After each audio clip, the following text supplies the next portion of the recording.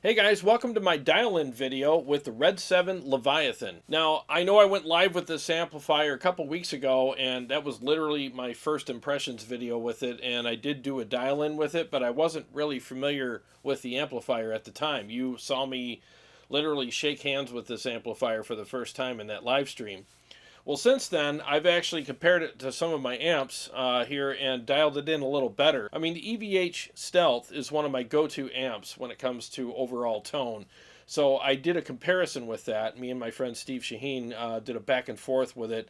And I learned some more things about the Leviathan and how to dial it in a little better. So in this video, I'm going to show you what I think are the optimum settings on this amplifier. And we're going to go ahead and listen to it in those settings right now outside of a mix. So you just heard channel 1 in the hot mode and what I think are the optimum settings in that mix I just opened this video with. So now let's hear both channel 1 and channel 2 with and without the overdrive pedal. So pay attention to this part of the screen here. You'll see right here where the pedal is on or off. So when it's visible on the screen like it is now, that means the pedal is engaged. When it's not visible, that means it is disengaged. And today I'll be using the Mud Killer. So before we check out the amplifier with and without the pedal, I just want to show you both channels right now in their optimum settings with some riffs.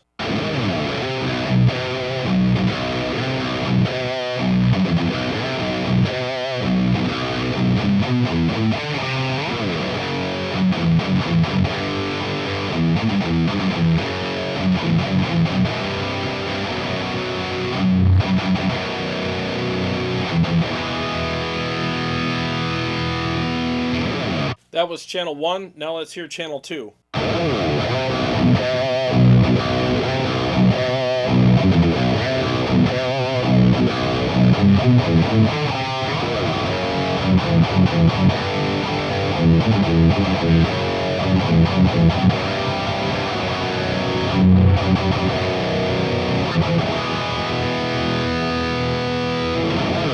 That is one gnarly channel. You know, channel 2 on this amplifier kind of reminds me a little bit of the EVH Stealth Red channel. It's got that really nice bite and attack to it. It's really tight and aggressive. And it's got that nice snap on the top end that just gives it that little extra aggression and really makes your notes stand out. Especially when you're doing single notes. There's this little bit of a ping on them that's actually really cool. And I think channel 2 would sound great with drop tune guitars.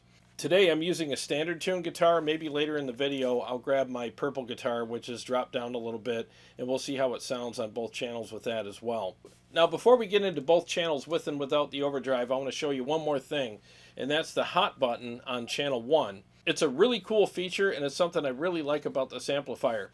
A lot of times you guys have probably heard me complain about amplifiers that have one great channel and one useless channel, and usually the useless channel just doesn't have enough gain and it's just flubby and there's nothing you could do with it even if you engage an overdrive pedal. It's just gooey and just crappy.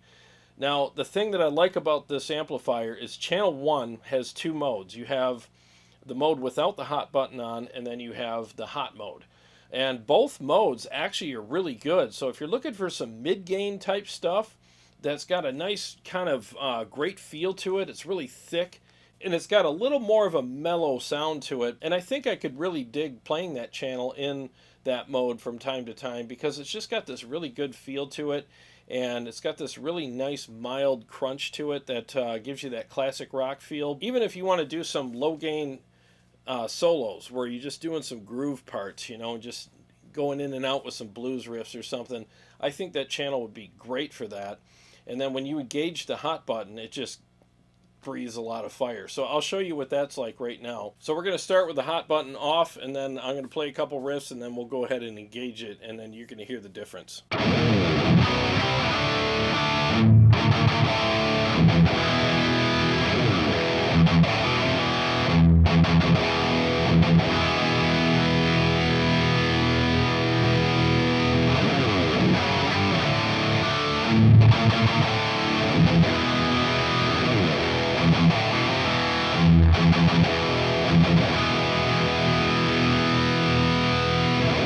Really cool. I love the fact that you get two different modes in channel 1 So again, you could do some low to mid gain stuff, or you can have a really nice aggressive crunch or rhythm channel. All right, so I also have to add that this amplifier comes stock with KT88 tubes. So I thought that was really cool. And it also has MIDI and it's programmable. So the switches on this amplifier are programmable. So basically the hot button is programmable, and so is the assignment of Master 1 and Master 2. This does have 2 master volumes as well, so you can have that nice boost for your leads if you want it. So if you want channel 2 for your lead channel, which is pretty much how I would have it set up, I would have Master 2 assigned to channel 2, so I get that little bit of a lead boost. And you'll find out why in a minute, because channel 2 is a little more compressed than channel 1, so you're going to need a little bit of a boost in volume so that your leads cut through because of that compression. It kind of brings the volume down a little bit, but you can attenuate for it with both the channel volume and the master volume. Alright, so now let's hear both channels with and without the overdrive pedal. So what I'm going to do is channel 1 with the hot button off, and then I'm going to do it on, and then we're going to move on to channel 2.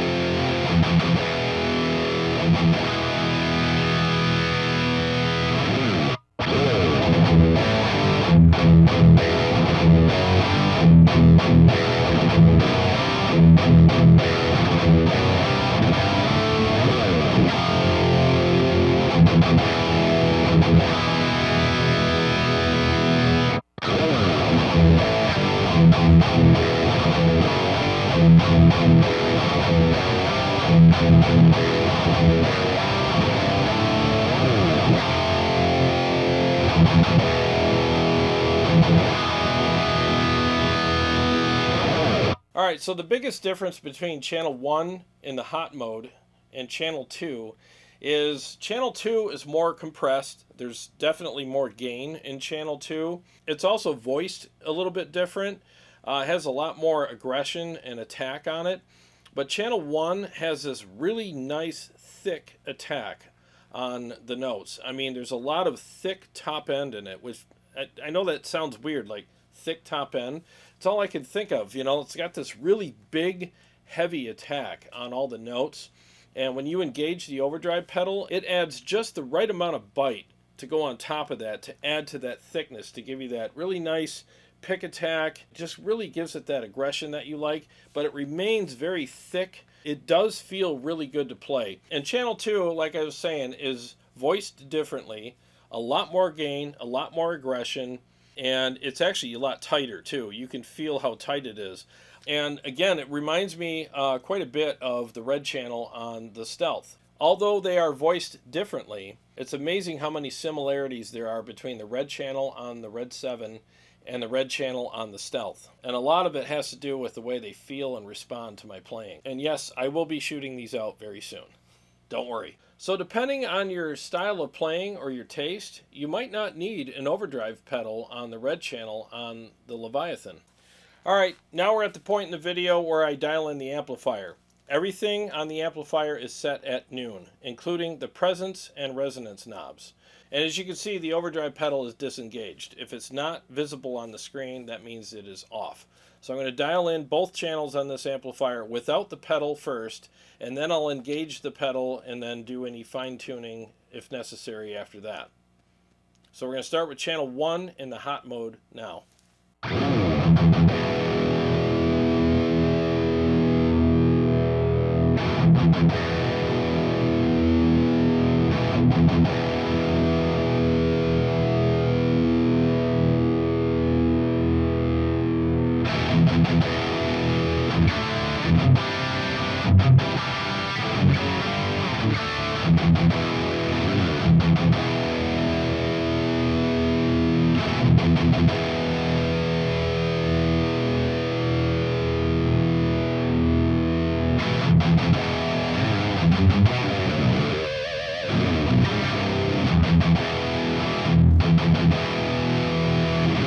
All right, it sounds really thick, but I need some more top end. So let's go ahead and turn the presence knob in the back. Obviously, I don't have a camera back there, so I'll just tell you the setting that I end up at.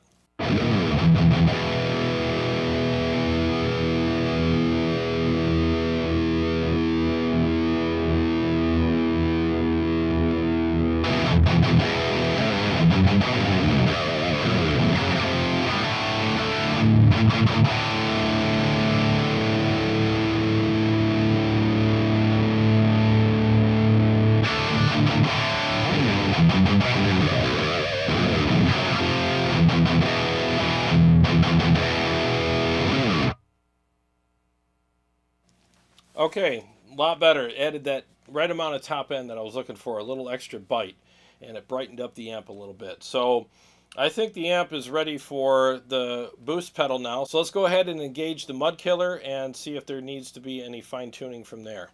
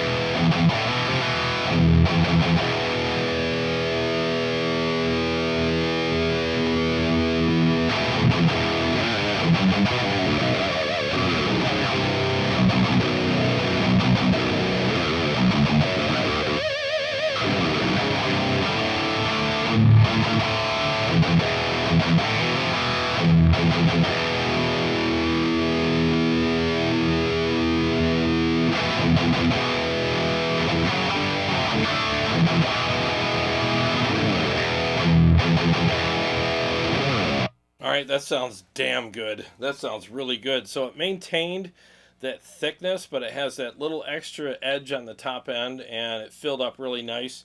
And it takes the pedal really well. So I think the pedal and this amp are getting along perfectly.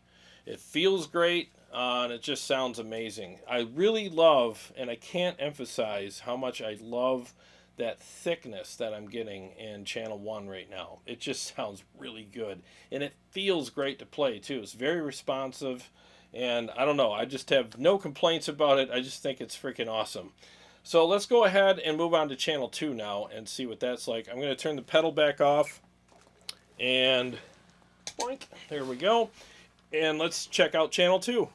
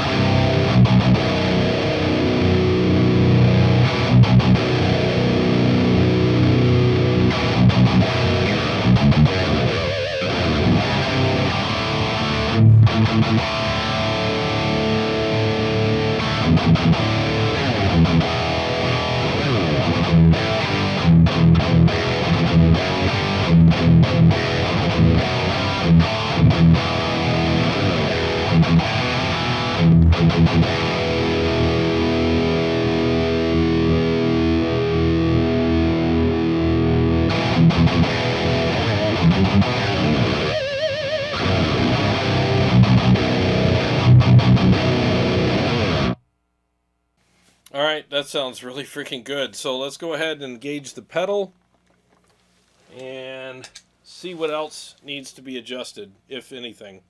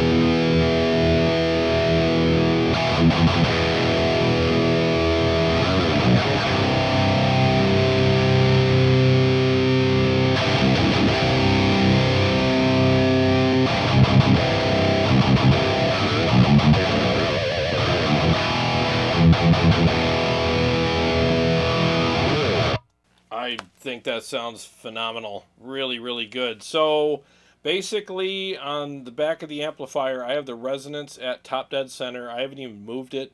It feels like it's got enough low end, so why, why mess with it and make it muddy, So I think this amplifier dialed in really nice. Now, the thing is, you have to keep in mind, like, you got to dial in amplifiers with your ears, not your eyes. A lot of times people are going to be uncomfortable putting a presence knob at 3 o'clock. Like, why would you do that? That's just going to make it too bright. Well, tolerances on knobs are different on every single amplifier. Every amp builder puts a different knob in there, and the tolerance is associated with it for their own reasons. And you have to think outside of the box with a lot of amps. Don't be afraid to turn those knobs past what your eyes are comfortable with, because it's your ears at the end of the day that are making the final decision on where those knobs should be. So who gives a crap where the knobs go? Just turn them until you like what you hear, And I really think that this amplifier dialed in nice. You just got to think a little bit outside of the box. And on a side note, the EVH Stealth and EL34 are kind of the same way with their presence knobs. I got them at 3 o'clock on both channels. If you don't do that, they're a little on the dark side. And if you want them to cut through a mix, I mean, you got to have the presence knobs boosted up a little bit on those amplifiers, on the Stealth and the EL34, and the same is the case with the Redseven. So don't be afraid to do that. A lot of, amplifiers, you just set everything at noon and tweak it maybe a little bit here and there, and then you're good. On some of these amps, that's not the case. You got to think outside the box. All right, so now I'm going to show you what this amp sounds like with a guitar that's tuned down to drop G, okay? So I'm going to start with channel 1 in the hot mode, and I'm going to go to channel 2 after that.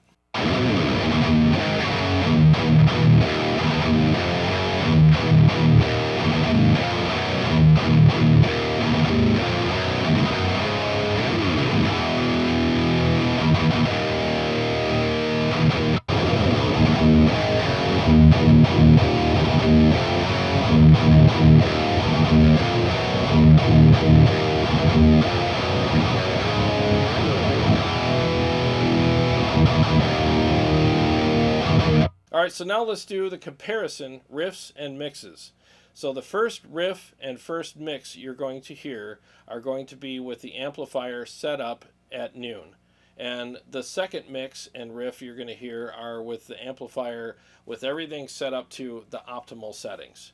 I just thought that would be interesting to do. I don't think anybody's ever done that, so I figured I might as well be the first one. Alright, so here we go. We're going to start with channel 1 in the hot mode, and then we're going to go to channel 2.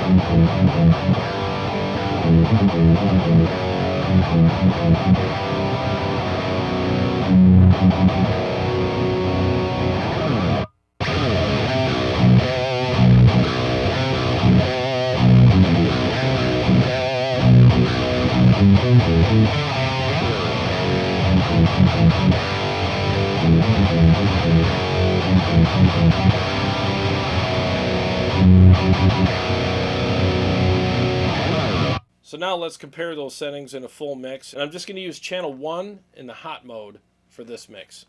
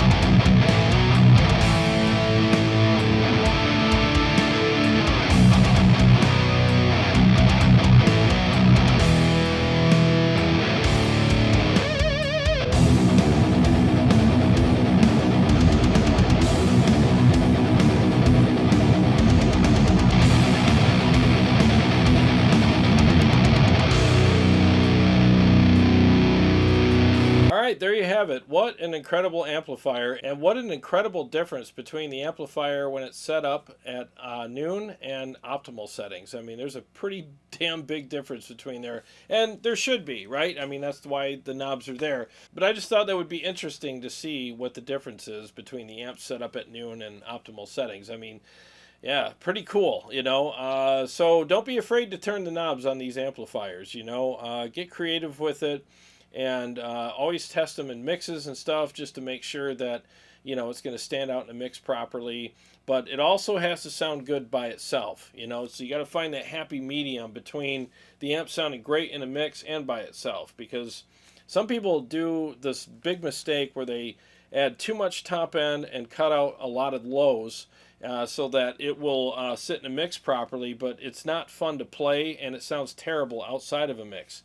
So you have to have enough low end to give it that big sound that we all love, and it actually adds to the feel, you know, of the amplifier as well. You know, that big thunderous feel with the palm mutes and the chugs and all that stuff. You want that rumble and that punch, you know.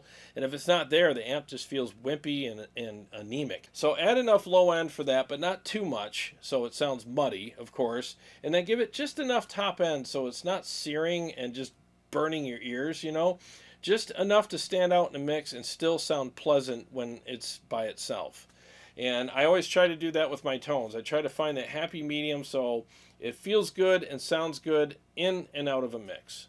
Well, I hope you guys enjoyed this video. Thank you so much for watching. I really appreciate it. And to all my subscribers and Patreon supporters, thank you very much. I really appreciate you guys. And if you're new to the channel and you haven't subscribed yet, please do and click the bell so that you can be notified every time I come out with a new episode. Well, I got a lot of great stuff coming up, and I will see you guys on the next one.